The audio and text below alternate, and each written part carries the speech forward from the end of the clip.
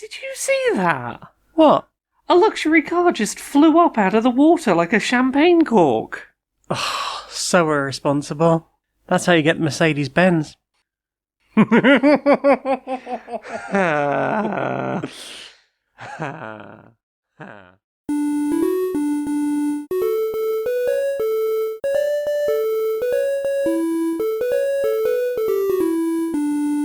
Greetings, strangers, queer and pleasant. I'm not Laura Kate Magnet-Dale. And I'm not Jane Eris Magnet-Dale, and welcome to another episode of Queer and Pleasant Strangers.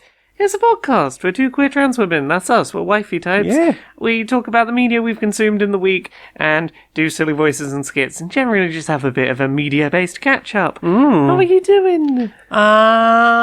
Chilly. Yeah. Winter hath happened. Winter has definitely happened. I'm wearing 2 pairs of trousers today and a hoodie and I'm under a blanket and I'm still quite chilly. It's a chilly day. I got my boots on. I got a hat and a scarf and gloves. Yeah, winter just sort of happened, like, it went from 0 to 100. It really did. We had a little bit of a sneeze of winter, like, a couple of weeks ago. Yeah. I was like, oh, that's it, that's the end of it. And we had some rain and... No, but this was like, when people advertise those sports cars that go from 0 to 60 in, like, 0.2 seconds, but for weather. And the number go down. Yeah, what if the temperature just dropped from, like, 19 to minus something? Just fucking catapult down. Yes. But, it was like 0 degrees. Like, yay, lovely. But it's okay, because we've been inside playing things. What have you been playing this week? Well, we played some things together. Yeah, what did we play together? Well, we played a whole bunch of Frosthaven. Yeah, we did. We've continued our big, lengthy, epic quest up in the northern mountains, our sort of tactical combat game. Yeah, wandering around a weird complex full of strange robots. Yeah, it was a nice session. So we played like maybe 3 games over a weekend with some friends, and we had a few missions with non-standard objective types, I think we can say. Yeah, because the Gloomhaven was criticised a lot for the fact that a lot of the mission types were kill everything, the end.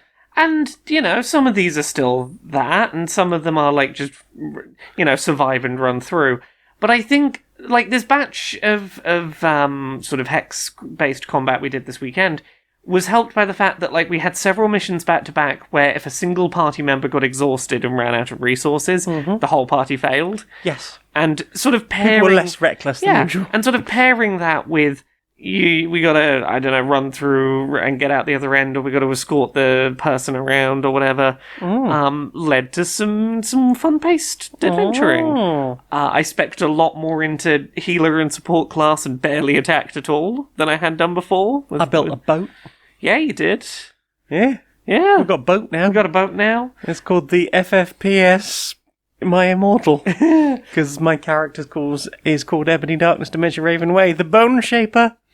We've reached our first winter. We have. We don't know what's going to happen, but we have reached winter. We had 1 week or 1 unit of time left before winter, and we managed to squeeze 3 missions in and finish a narrative arc. Yes. Which I think is about as good as we could have hoped for right before winter. Yes, considering the changes that made to the like outpost and road decks. Yeah. I think we probably made a very good decision about not only that set of things, but also finishing it at that time.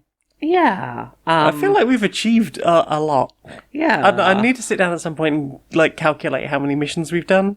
But I feel like we've made a good chunk out of the 130 or something missions I think that are in this. I reckon, like, at a guess, I'd hazard to say we're probably like 20 or 30. Yeah, somewhere in that region, I would say. I made some progress on a puzzle in our little book of puzzles we had to tackle. Yeah, I haven't seen that. I was packing the game away. It's a puzzle we'd been like mulling over last time we met to play this, which was like a few months ago.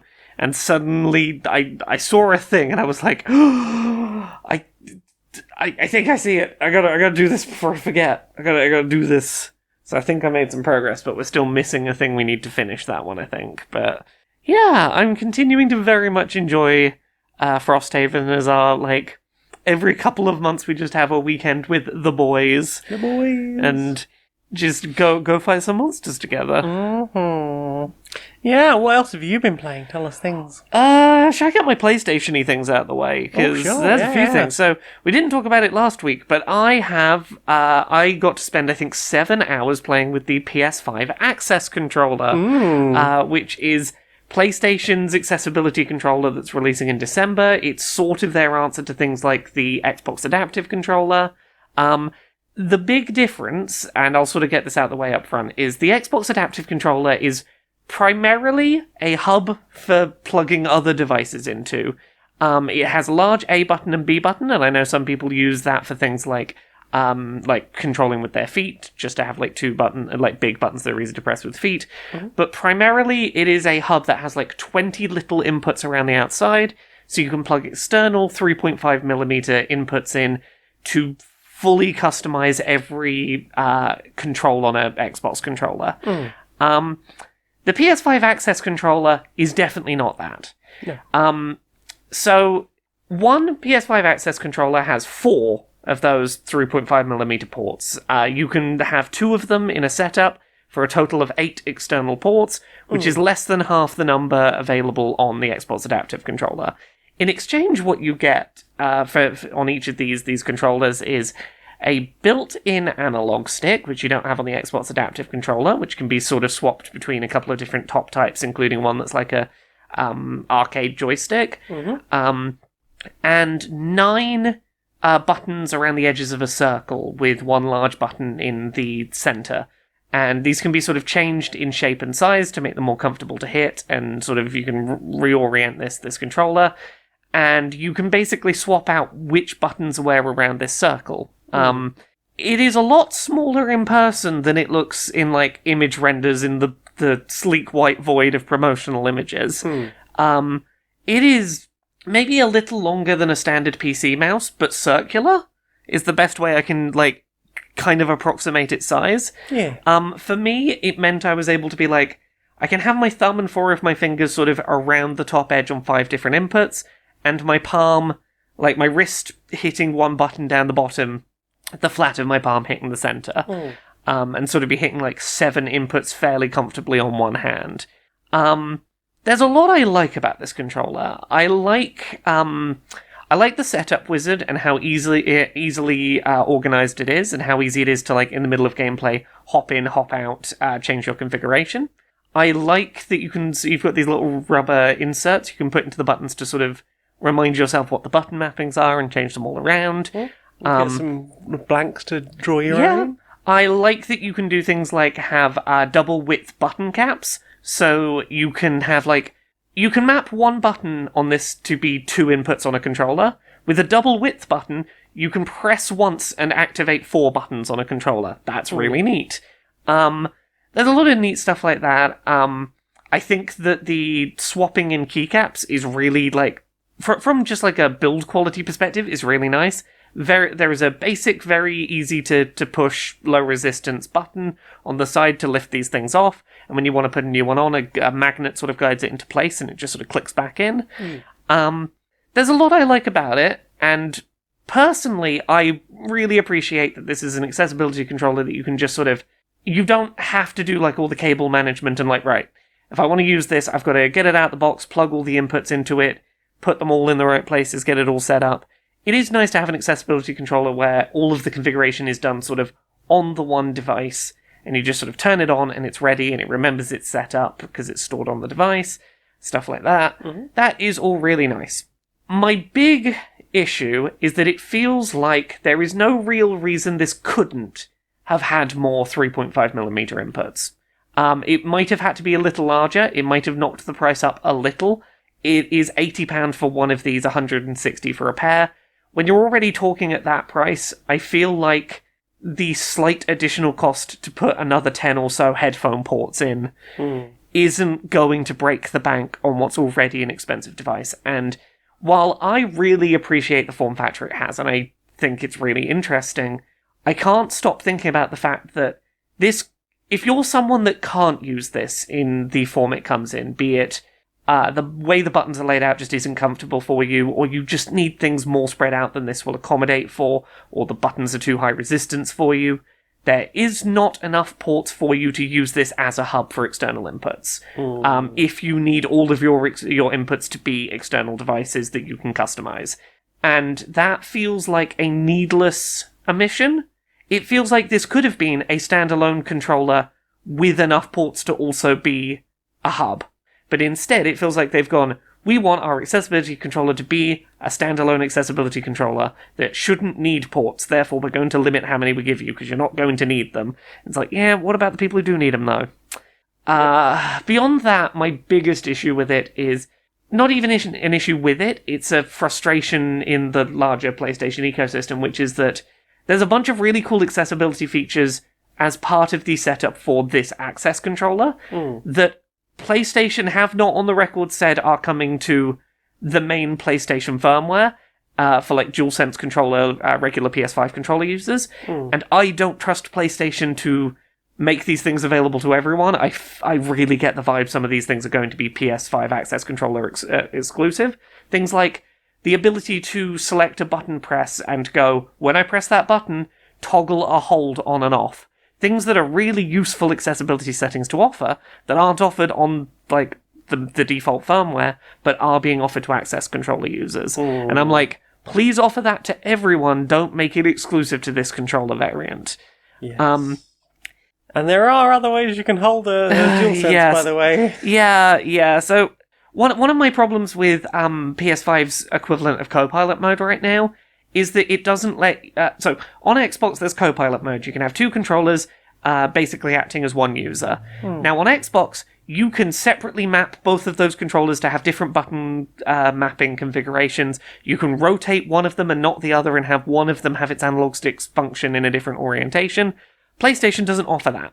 They do offer it for the Access controller, and when I asked if that would come to DualSense as well, they said, no, there's one way to hold a DualSense. And I'm like, yeah, but what about the people who need to hold it a different way, The branding! And this is kind of the frustration I'm having here, is like, it feels like they have an intended use case that they have branded, and it's different from their competition, and all of these sort of marketing-y things that feel like they've gotten in the way of...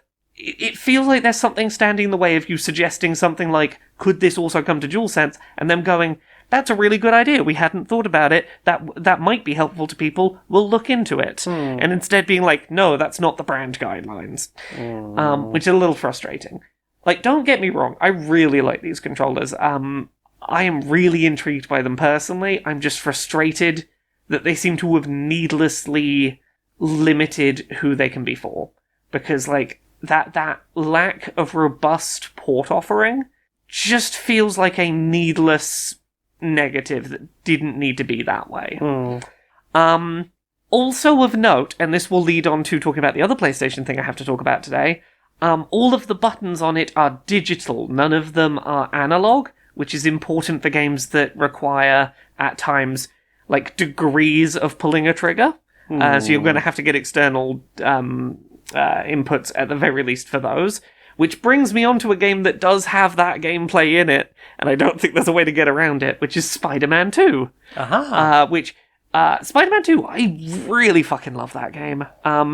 This is, how do I even talk about this?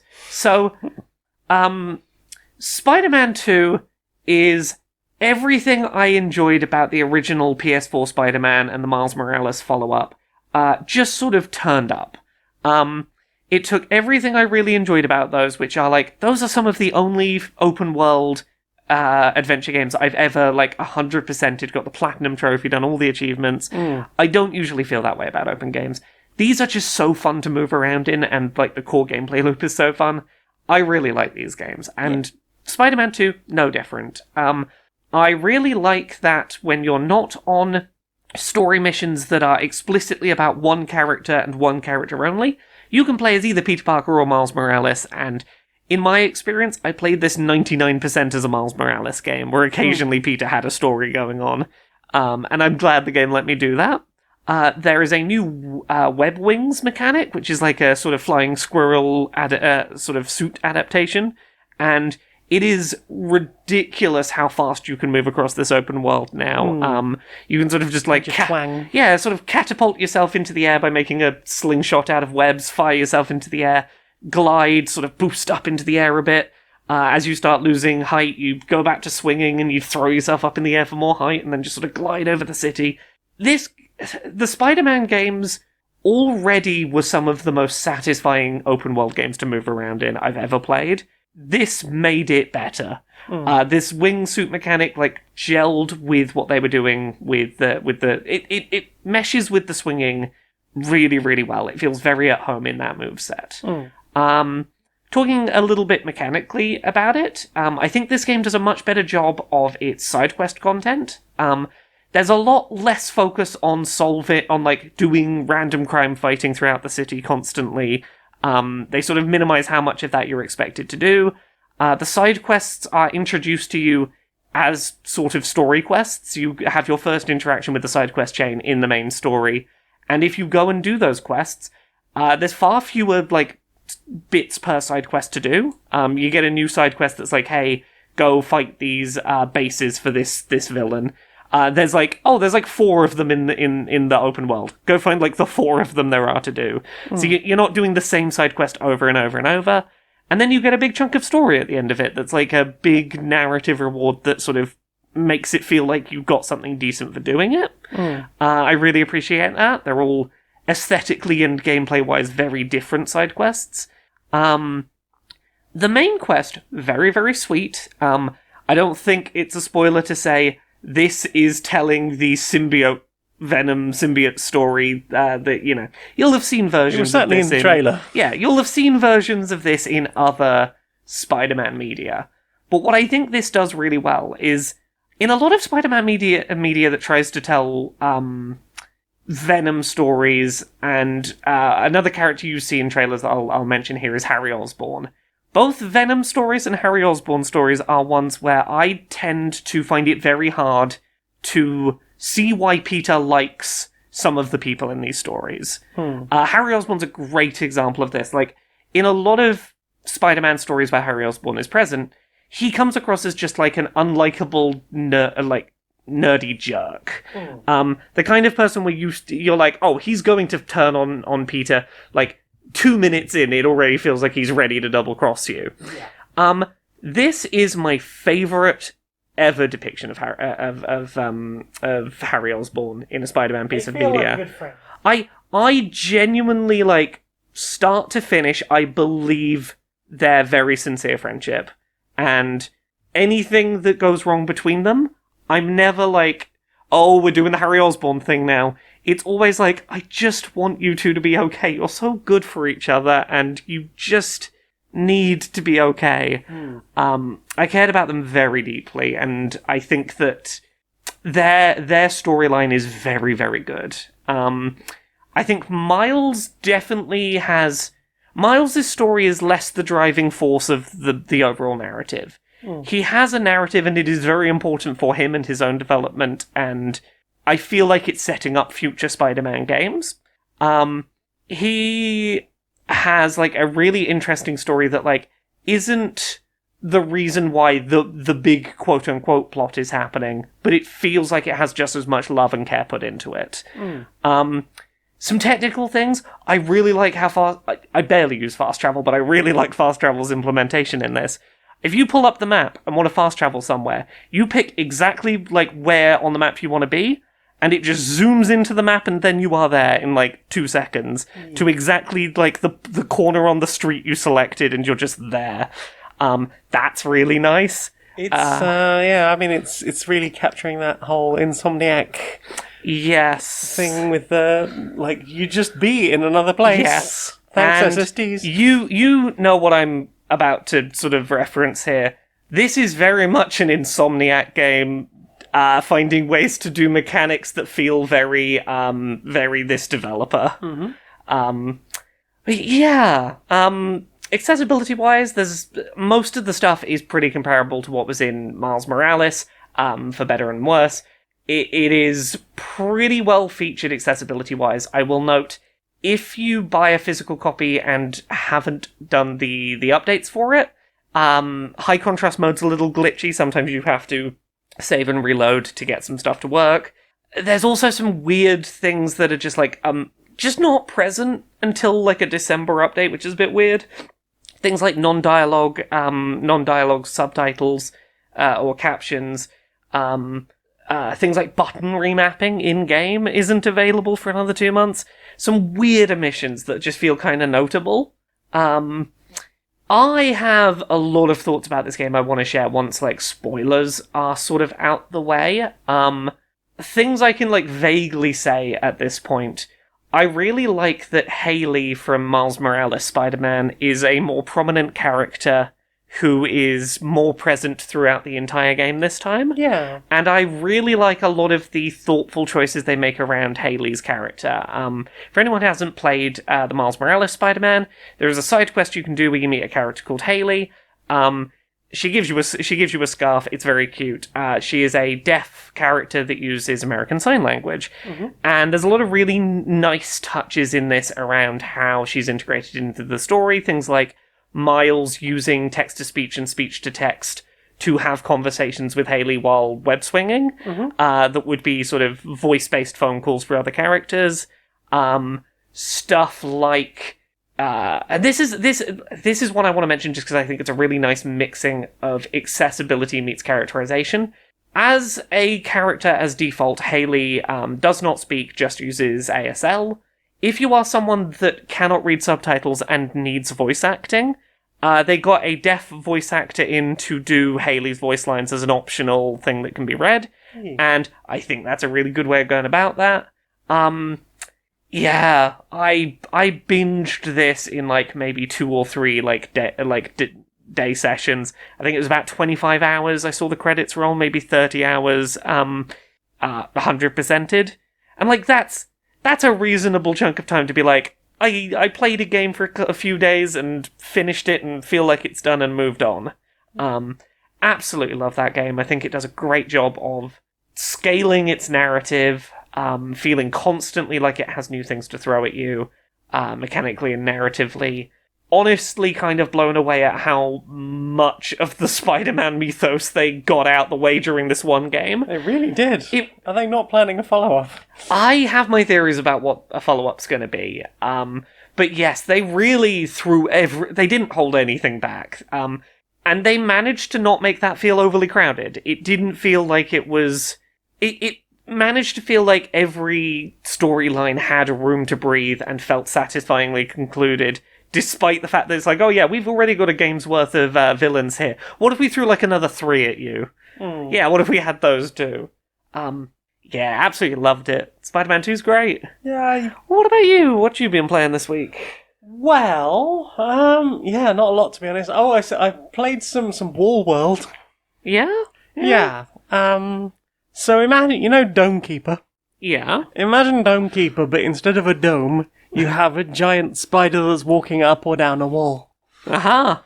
And you find a little notch in the wall, and it's like, this is where a mine will be.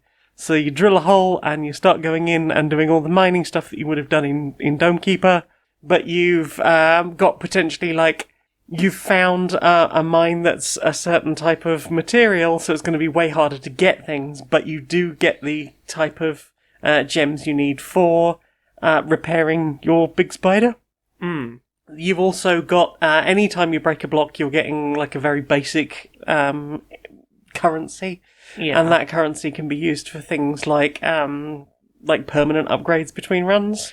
Yeah. You've got this whole mechanic of occasionally you'll just stumble across a little hole in the wall that's not even a full deep dive, but somebody will give you a blueprint or something for a particular type of upgrade that you can have as a permanent between runs thing.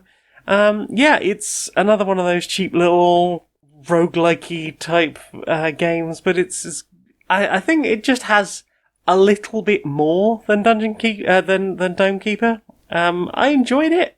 I enjoyed Dome Keeper, but I think this is generally better. And I don't know which came first. What about you? Have you played anything else? Well, I managed to get my hands on a copy of Mario Wonder a little early. Oh. That shop that's happy to sell a copy a little earlier than they're meant to strikes again Every time. right. So I've been playing a little bit of Mario Wonder. Is it a little wonder? It is pretty wonderful. I'm pretty charmed by it. So I'm maybe like 2 worlds deep into it so far. And on the surface, this is a 2D side-scrolling Mario game. Like, it would be very easy to say, this is a 2D side-scrolling Mario game. At its core, that's what it is. The thing that immediately jumps out is the animation. I really like how the characters are animated. It is nice that we finally moved away a little bit from the same art design we had in the DS New Super Mario Brothers. And, like, there's a lot of personality and in the Wii U stuff. Yeah. There's a lot of personality in, like, this almost claymation-esque, like, animated style they've got now. It's really nice.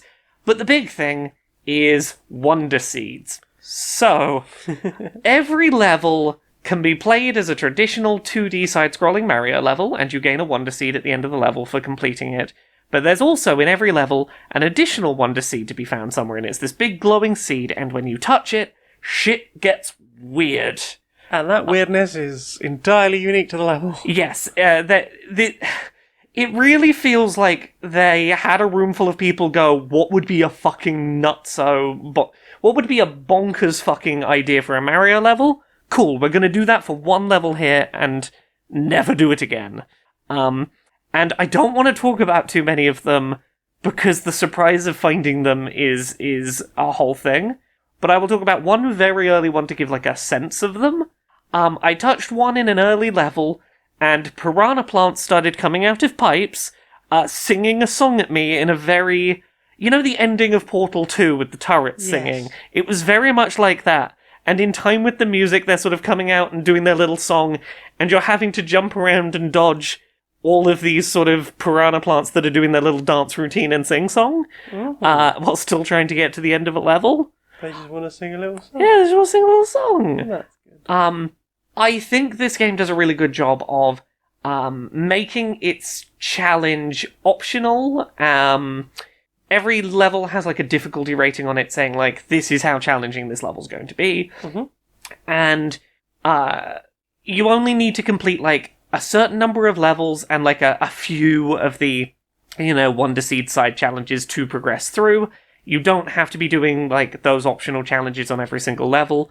But yeah, it's got that whole Banjo-Kazooie, you don't need all of the jigsaws to get to the end, but... Yeah, and there's a lot of places where, like, you'll get to an open area and it's like, here's 4 or 5 different levels available. You're gonna need to do enough of them to get some seeds to move on. But they're not in a linear path, so it's not like, oh, I can't complete this one, I'm stuck and can't progress the game. It's like, no, I'll just go do that one and its bonus seed instead of that one.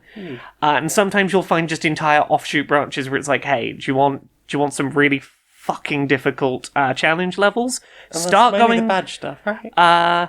So you start like, yes, we'll talk about the badge stuff. So there are badges you can get, and you can equip one of them at a time, and they change how the gameplay of the game works. And they're things like, hold down the jump button to sort of flutter in the air for longer, or do a dash underwater, or once parachute. Yeah, once per level, when you fall in a hole, you bounce back up out of the hole. Things like this.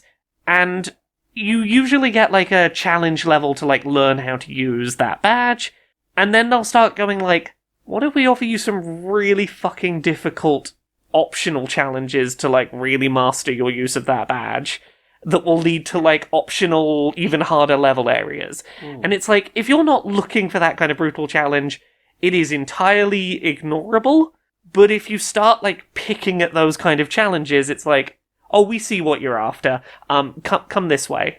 Go down this little road here. Come walk down here. The music, absolutely delightful.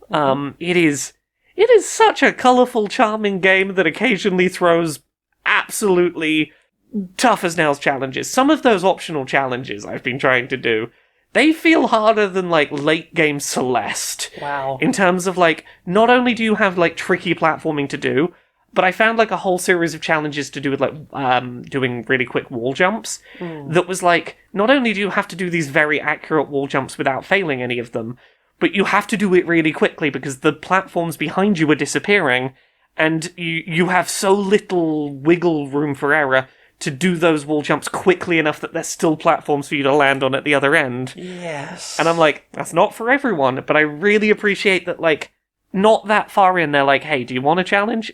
Fuck around with this shit. Yeah, because you were at that for a while. I heard you cursing quietly in the corner for ages. Yes, but... I nearly got off. Yes, but again, I like that stuff is completely, hey, if you go poking around for it, you'll find it, but, like, if you're not having fun with it, yeah, the plot's over this way. The game's over there. Yeah. I'm very charmed by it so far. It feels like it's got sort of the graphics on par with something like New Super Mario Brothers, while also having a lot of the kind of charm of something like Odyssey or even World. Yeah. It's got that. There's more characterization going on. And there seems, based on the few levels that I've seen, that there is a whole degree of different levels are going to be different ways of doing things. Like, I don't know if some of this stuff is going to come back up later, but like thing with the running bulls. And I think we saw this level in the demo as well. Like a whole, like, well, what can you do? Well, as I was moving through, I noticed that tree shook when I jumped on it, so if I butt stomp it, I can make it go lower, so I can make the thing run across there, and then I can get to something else. Yes. Or even catapult myself up into the sky. It really feels like no two levels have, like, stuck on a theme. Like, I just did one, and I don't think this idea is going to stick around, where it was a whole level where the whole gimmick was, there is an enemy type that jumps when you jump.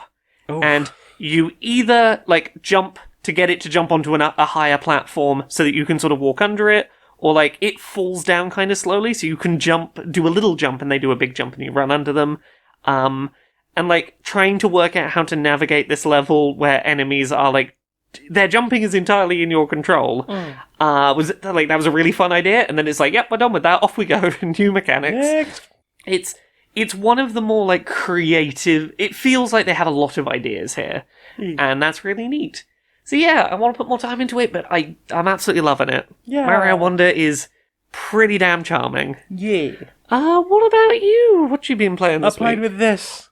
It's a crazy cube. Yeah, it looks like a Rubiks Cube, but there's circles in the middle. So, how would you describe this? It's a Rubiks Cube. It's a 3x3. Yeah. There is like a circle around the central piece, and when you turn the face, that circle, everything within that circle stays where it is. But on the sides, it will take the little bit of the circle that pokes into the sort of top edge piece with it.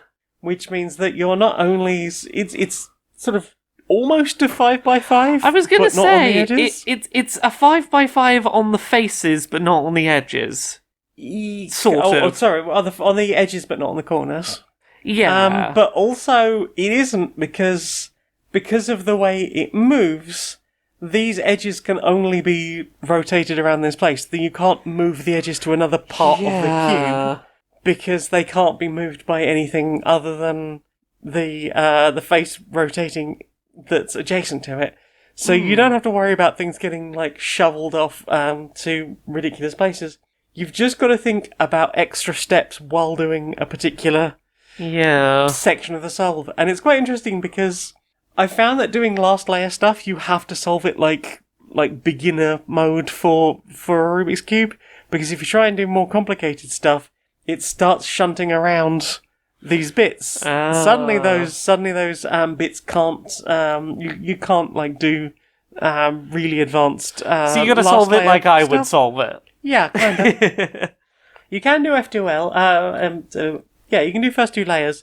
But you can't do OLL, POL with, like, really advanced stuff. You just kind of have to, like, do the yellow cross, or whichever colour you picked. Like, do a couple of things to make sure that the edges match up with the little centerpieces that you're trying to solve, and then do the, like, beginner's mode version for sorting the corners out and permeating those. What about you? Have you played anything else? That's it for me, really, this week, I think. Anything else for you? That's me. Well then. Time for this. Goodbye, Sunday Design now. Prepare for blizzards. Hi. Who are you? Hi. Blizzards. Hi, weather. So, it was summer just like 2 seconds ago. Yes, I told it to fuck off. I'm here now. Oh, that's lovely of you. Usually there's this thing that comes in between summer and winter called autumn. Never heard of it. Haven't seen it in a while. No, can't be asked. No, usually... Speed running. Usually it's a really nice little, like, radiation. It sort of helps... Radiation? No, that was summer. No, it smooths the transition so that there's like an in-between between very hot and very cold. Well, there's less chance of you getting a cold if I don't futz around with the speed at which the temperature changes. Go now! I don't think that's how it works. Could you just... You're looking very rosy in the cheeks there. Yeah, I was very warm and now I'm very... look how chapped your lips are getting now. Could I just have, like, 1 week of, like, the leaves getting brown? No, I've already blown them all off. Okay, well, when you're done, could we at least, like, skip straight back to summer? Do we have to do spring? No. Rain. Sleet. Sleety rain. Slain. Slarinen. Maybe a hurricane. Typhoon. Monsoon. Oh. Rain sideways. Winter. I have had a great idea. Oh, yeah, tell me about it. So, you know how everyone's going back to piracy, right? Yeah. And the piracy is a problem. Yeah, because it's too much money to pay for all the different, providers that have all the media. Yeah, no one can pay for all the different places that, they want to watch the things, but we want to make streaming great again. Right? Like, I don't want to be paying for a bunch of stuff. I just want to pay for one thing and get the stuff I want to watch. Yeah, and people are putting ads on streaming services now, right? Yeah, which I don't want to see ads. Yeah, people don't want to see ads. This has basically become cable all over again.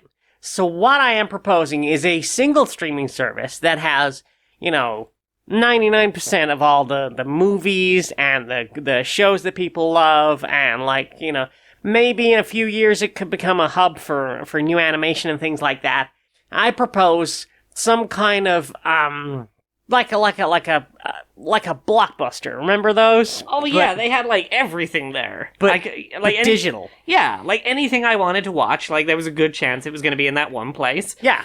It's an app on your TV or on your phone or your mobile device. Yeah, and you just log in and you watch the things you want to watch. Regardless of who made it, it's all in one place. It's all in one place. People won't need to steal things anymore because it's all I can just pay for the one thing where place. All of the stuff's conveniently available. I think, it will exist online. It's a place to watch films. Maybe like a films net.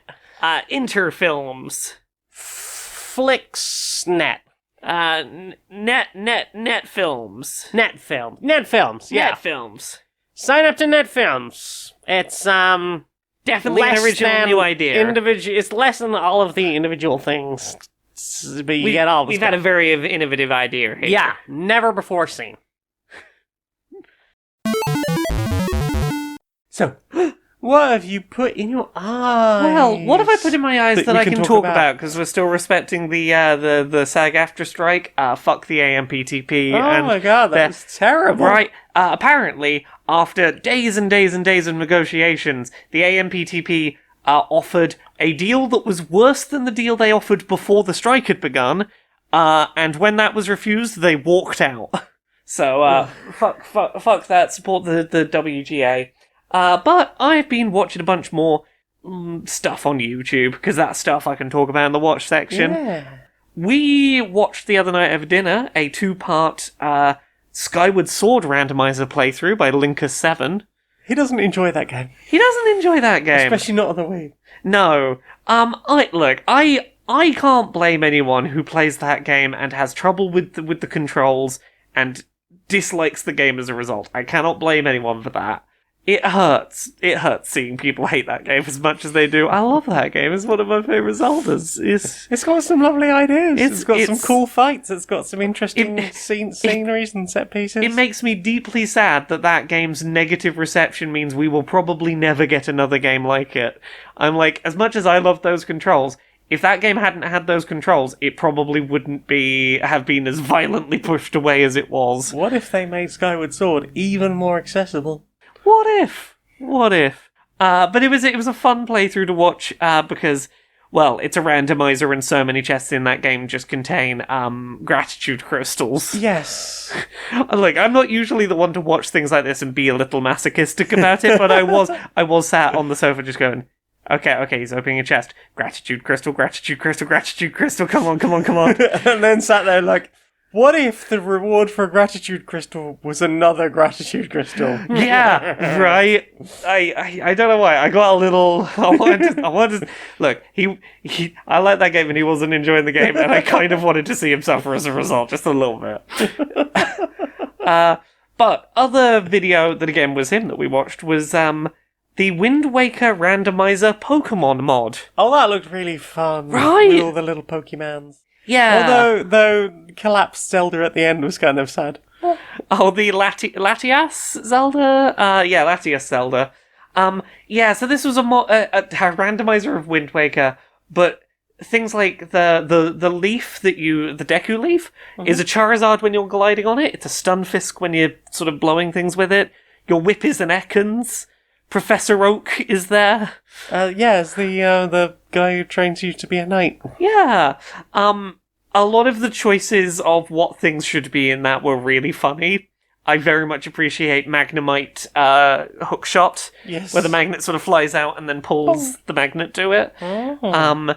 That looked pretty fun. I might give that a go at some point. It looks pretty fun. Yeah. What about you? What have you been watching this week? Nothing I can talk about, really. Yeah. Should I throw... I've skimmed around a bit on TikTok. I've watched that video with you. We watched some new breaking news and some new dirty laundry on Dropout. Yeah, Dropout. Support Dropout. Support Dropout. A service you can currently watch things on and talk about. And they pay their actors and their people well, apparently. Yeah. I can talk about a couple of other things. Yes. I think we watched this together. A person on YouTube called Peter Widden did a video called "Training AI to Play Pokemon with Reinforcement Learning." That was interesting to watch the outputs of that with. I mean, I guess it's all sort of overlaid on top of each other. Just watching like everyone, all of the little characters sort of spawning out from their start position and slowly scrolling over this expanding map. Yeah, on paper, it is an interesting video about someone trying to create a set of rewards that will encourage an AI to successfully make progress in Pokemon, and the problems that come up in that. Things like, I rewarded, going to a place where the screen looks different, and they stood by some water because the waves were moving, and that was enough novelty for them. Yep. But the thing that I think made that video work so well is, as you were suggesting, is the visualization. Like, the latter half of that video where they're talking about, like, a lot of the findings has, like, visualizers of the map of, like, the Gen 1 Pokemon games with all of the little sprites of all of the runs running around in real time doing the things they were doing. Yes. And those, like, flow visualizations, clearly so much work went into making this very easy to understand visual representation of like hundreds of generations trying to make progress. It was a neat little video. It was.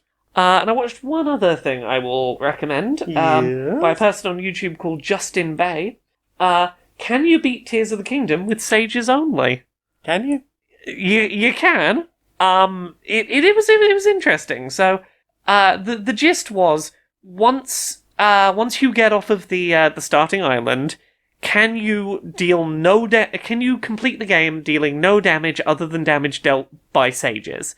The first one they went for was Minoru for the mech, which did involve having to glitch through a door that you're not meant to go through before you have a certain number of hearts. Right. Because Minoru you can like directly control 1-to-1 and do attacks with, and fuse a bunch of stuff to, and like create weapons for different situations. So I was like, yep, that makes sense. That's a good direct one to deal with. And then trying to work out how to handle all of the other sages. Mineru 100% was the MVP and the only reason that challenge is completable. The number of problems that Mineru can solve is fucking ridiculous if you get her early. So yeah, that was some things I watched that I can talk about this week. Was that the same person that did the no going back into the same location? No, different person, but we watched a video, I don't remember the YouTuber, but they had a little clay slug. Yes, that was their face reveal. As They their were a face, clay slug. yes. Who did a video about how many side quests and side adventures can you do in Tears of the Kingdom, never going back to an area of the map once you've been there once. Yes. So Which was difficult because you have to avoid going to the central area yes, for the longest possible yes, time. because you have to go to the to Central Hyrule to get to the end of the game. Which meant no paraglider. Yes. So it was a very interesting challenge in like routing and working out how best to get between places. Yes. And what quests were physically doable, because any quest that requires you to start somewhere, leave, and then come back to where you started, instantly off the table. Yes. And the whole thing about this quest going along this river, the dividing line between two areas is like right on the border, so you have to make sure you stay on one side of the river. Or like, get out the river on this side, walk this little bit, and then get back in the river. Yeah, it was an interesting challenge video. So yeah, that's what I've been watching this week. Well then. Time for this.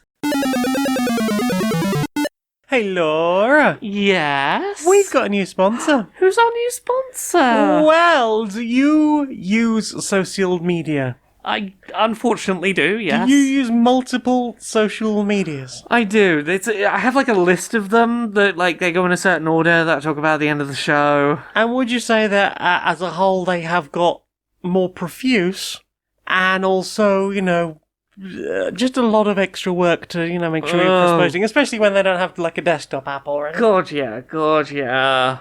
Yeah. Well, what if there was a way to reduce the amount of time you spent on social media? Ooh, tell me more. Introducing socialmediareducer.lol.net. This innovative service is free to use, to you anyway, for now. Okay. Will reduce your usage on key social media platforms Okay, I'm listening. by installing insufferable ownership. Oh. They will make the product worse over time. They'll remove features. They'll start charging for things that had previously been free. They will become much more right-wing, more, they'll, bring all the problematic people back. I mean... They'll fuck around with the features so that certain things don't work. They might even change the whole name of the thing. I suppose that would make me want to use them less. Yeah, so you're using Threads right now. What if you were using, I don't know, Zuckerworld? Oh, do I have to like sign up for this, or is this like? Oh no, this will just come to your pre-existing social media services. Oh, so convenient. So convenient. It comes to you. So convenient. And then you get all the fun of having to go off to all of the Splinter Group social media versions that come from that. It's variety. The monkey paw has curled its finger, and this is what I get. Yeah. Bum exam. I think that's what you get with that. The monkey's paw is like, checking the bum hole. That's really not what I wanted, monkey's paw. Bum hole check. No, thank you. No, thank you. So that's bumhole. I know that's social media usagereducer.lol.net, and find out who's about to fuck up your day. I bet it's the billionaires. I bet you're right. Inside the boardroom of Supremacy Software. Hi. So, some of the staff are getting wise. I thought we were doing a whole thing where we were limiting the amount of oxygen that went into their floor. So that it would, mess with their brain cells. And that has been working pretty well. But, right. Some news stories have been talking about layoffs and have been pointing out that a lot of companies, us included, keep people on probationary periods for ages so we can fire them. We don't have to be like, we didn't fire you, you just didn't pass probation. Yeah, we don't have to give you any kind of severance or anything. Yeah, exactly. And like, while you're on probation, we don't have to give you like, health care and stuff. Right. So I've been trying to think of ways we can rebrand probationary periods to like get away from that wording, because like, if we don't call it the thing people have heard of, they won't Right. realize we're doing it. Oh, yeah, I know. Yeah. So I've been coming up to something. I got a little slideshow for you. What you got? Let me pop this up here. So what if instead of a probationary period we sort of video game terminology? Because all the people applying to work here are nerds. oh, like a tutorial. Yeah, it's you're not in your probationary period. You're in your tutorial leveling period. Right, yeah, You're learning all of the required gameplay skills before you get into the main game. Right. What about, like, early access? Ooh, I like that. Your job hasn't actually released yet. You're just playing your job in the early access period. Yeah. You're just getting a feel for This the is a job, beta maybe. test. This is a beta Yeah. test for the job. Yeah. Your job is in pre-alpha right now. Yeah. As such, bugs such as you no longer working here should be expected. Yeah, I mean, you should just expect that. Exactly. I reckon. Look, I reckon if we throw enough of these words and like put some D-pads and question blocks and whatever around the email. Gamify it to the max. Yeah, Exactly. Yeah. You are a fucking genius. I know. So, what have you put in your ears? I put a couple of new bits of music in my ears this week. Yes. I listened to a track called Void Adjacent by June Henry. This is a sort of acoustic folk track about a non-binary person struggling with their relationship to their body and others' gendered attractions to them. Mm-hmm. It is a very short track. I think it's like 2 minutes. But it is like, it's very poetically written. I enjoyed a lot of the lyricism going on. I also listened to a track called Dead Name by Peach Rings, which is sort of acoustic guitar somber track about kind of feeling detached from a person you no longer are, but that other people might still kind of want you to be. And I listened to a track with a great name, The Intersection of High and Gay, by Daddy and the Longlegs. Excellent. Right? Which is this like very fast-paced folk punk track about wanting closeness and intimacy in a friendship, and sort of both wanting to trust someone and wishing they trusted you enough to be vulnerable with you. So those were some interesting tracks I listened to this week. Yeah. What about you? You listened to anything this week? I mean, we went to see Transglobal Underground play live. We did. Well, I think we talked about them before a little while back, but they have been around for like 40 odd years at this point. This is the band we saw playing in a tent, and it smelt like someone had lit the fucking crop. Yes. Someone was burning it by the bale, to be honest. They play basically live drum and bass. Yeah. It's really good stuff. A lot of it's quite political, like, we come to tear your walls down. Yeah. I guess you can work well what that's all about. And I think any drummer who can keep up with drum and bass is very impressive. And they got great synths in there as well. They had a guest singer come do some stuff with them. Yeah, it was a really lovely show, and the crowd were really lovely, and it was just a nice time. And always really enjoy listening to Transglobal Underground live, because it's just a good excuse to have a proper old wiggle. Right. Yeah, we listened to a whole bunch of other drum and bass that night, but unfortunately I could not name any of it. No. It was not revealed to me. No, but that's we the ones who were in the room making music, we made sure to know who they were. Yes. We knew them. We went for them specifically. Yeah. But it was a good time to listen to some good old drum and bass. Yeah. You listen to anything else? No, that's about it for me. Well then. Time for this. Are you getting a bit of the claw hand there? Oh, yeah. Yes, I've noticed that. You're finding you may be getting some pain there in the thumb. Yeah. Yeah, you know what that is, don't you? Oh, I dread the word. It's It's a sign of the old carpal tunnels yeah. problems. You know. Yeah. Of course, you know a good solution for that. Yeah. Is it stretching exercises and avoiding hunching over a computer? No, it's not. Well, would you like to join us in the woods? I'm sorry. Was this connected to curing the Hi, carpal? we're a band of snazzily dressed freedom fighters, outlaws, you could say, but rebels maybe, if you like, if that's cool, if that's what the kids are down with. Yes, We're looking for people to join us in fighting back against capitalism. We've got bows, arrows, swords, quarterstaffs. And this is going to cure my carpal tunnel? Yes, because we'll get rid of capitalism. No more capitalism. Are you sure I'm not going to get it from holding the arrow very tightly? Well, you could have a bow staff instead. Or a sword. Or a shiv. It's going to be kind of painful to hold with the carpal tunnel. Shiv. Okay, you can push things. You can push a cart. Okay. Or you can push a landlord off a bridge. Yeah! Join us, we've got more spaces! This might look like any normal little township. The shops are bustling, the cafes are bright and airy. That is until the possums show up. The possums are adorable little chubby fellows. They run around eating all of the food, and there's nothing the dog cops can do to stop them. Look at that one there. It's running around. Oh, it's eaten so much of that giant platter of fish while the dog just wasn't looking in the right direction.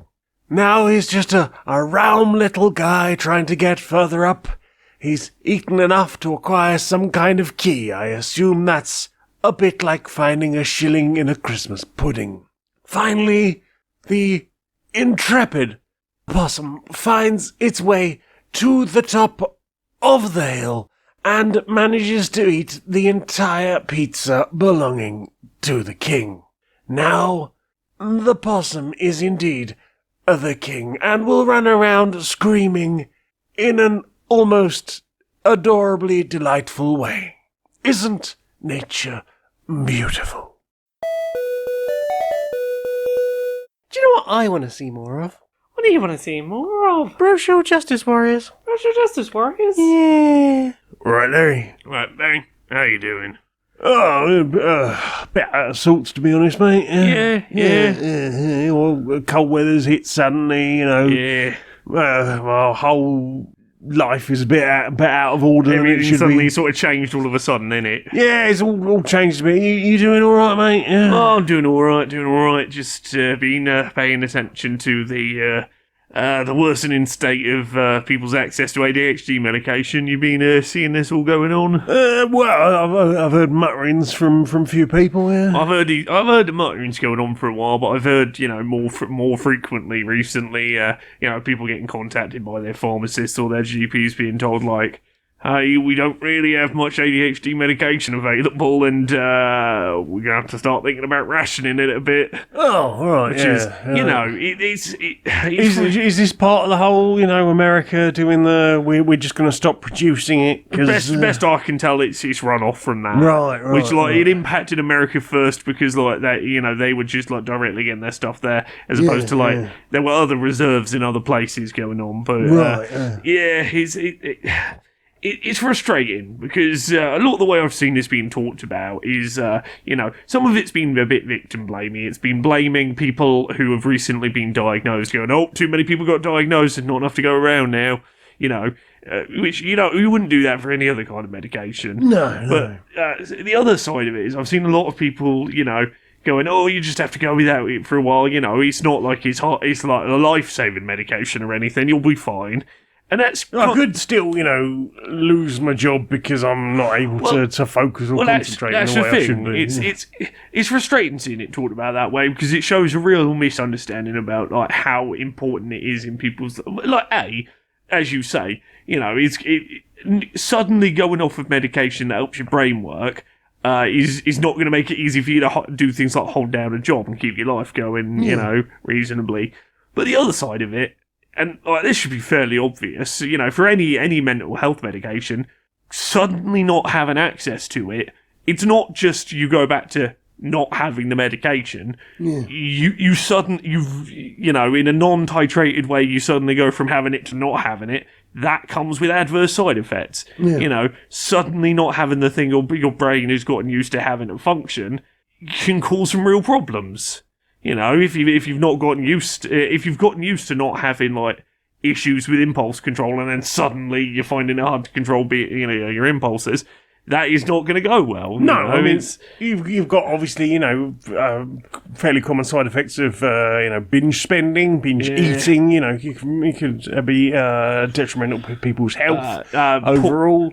Worse tracking of time management, organisation, memory. Obviously, people talk a lot about the potential job loss and things like that. If someone's got any kind of deadline. Just generally losing track of everything. Or even, and even outside of, your ability to serve capitalism, things like just being able to do the things you love doing. Like, let's say you've gotten really into a hobby, since getting medicated, that requires you to sit and focus on a thing, maybe it's like, painting or building models or whatever, and suddenly you're not medicated and you can't focus on the thing that was your comfort thing to do. Instead, you're back to your executive dysfunction. All day. I did nothing. What did I do? I felt guilty all day about the fact that I hadn't done anything. 11 hours happened, and I felt very anxious about the fact that I was doing nothing while I scrolled TikTok and did nothing. Yeah. It's. I internally screamed at myself for 8 hours for being unable. Why can't I initiate a task? I want to I've got that video game over there. I want to start playing. I would have a great time doing it, but it's not the task I'm currently doing, so I can't initiate the task, and now I'm just going to beat myself up over having not done it. Yeah, I fear the reason I do often relate it to the ways that it affects capitalism and so forth is partly the whole. It very much feels like the way ADHD is medicated and generally treated by the health service in the UK, especially at the moment. Yeah, with here's some meds, bye. Yeah, and then that sort of method, and even trying to get a diagnosis is very much how does this affect your ability to work with capitalism? And that is the sort of the mindset you have to slip into while you're trying to seek a diagnosis, which I have recently. Yeah. Fancy hug, mate? Yeah.